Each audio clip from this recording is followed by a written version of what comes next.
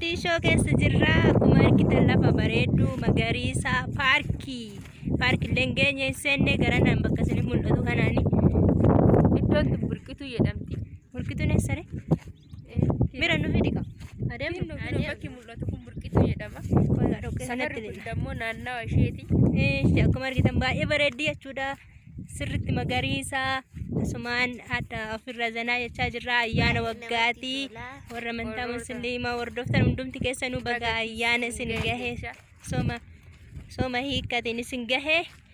Kan barana isin gahe bara dhufuunillee walumaan nu haa ga'u jechaati. Haadha fataa isin goone burqituun eessa? Burqituun kinoo karaan burqituu asiin asumaan gara nu godhe.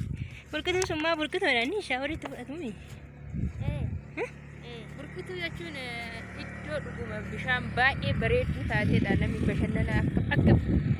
bashannanaafis fudhachuu danda'a. Deebii immoo qulqullinaa fi shaaworii adda addaatiif fayyadama. Burqituu jedhu kuni. Burqituun kun lafa keessa waan burquu waan taate. Jechama maqaa moggaasa maqaati malee lafa keessa ol burqu yaa'u. Burqituu jechuun maquma ishee osoo ta'u bishaan kun immoo akka boombasitti ilaal achirraa itti fayyadamanii burqituu jechuun moggaasuma maqaati malee dhugaadha lafa keessa ol burqee. Dhuguma hin burqu dhugumattu? Burqee. Maarami. Waan burqituu gajara lafa keessa waan burquu.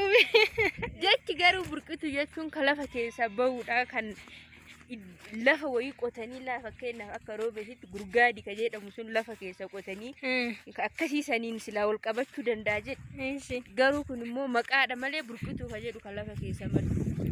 Inni maal akkasi qabu? Akkuma argitan burqituu bira deemaa jirra. Kinoo karaan kun karaa burqituuti dhagaayuun kunniin jechuudha. Asfaaltii galchuu fi karaa kan asfaaltii galchuuf qopheessaa jiranii. Akka badaatti guddachaa jira biyyi keenya jechuudha. Sirriitti guyyaa biraa immoo paarkii keessa seennee isin daawwachiisna. Amma baay'ee irraa fagoo jirra baay'ee jechuun danda'amu. Naannawa isaa jirra. Naannawa jirra.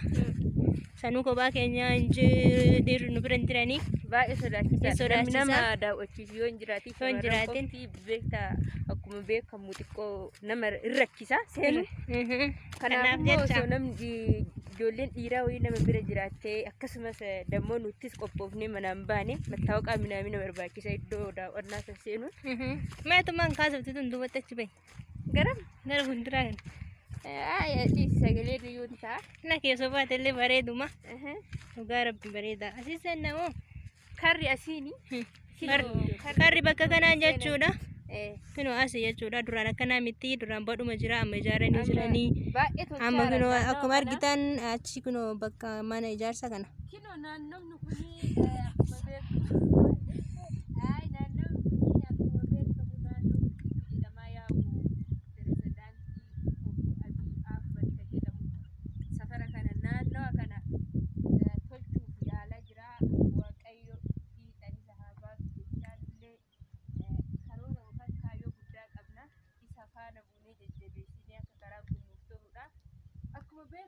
akkuma isin daawwachiisaa dhufnee karaan kun karaa burqituu jedhama.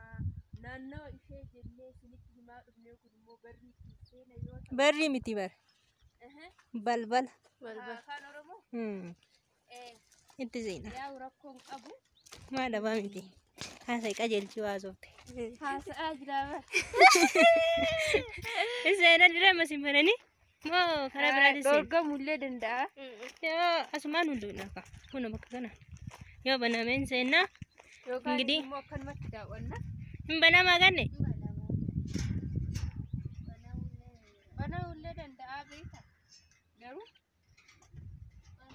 ግን turistoonni minaaminni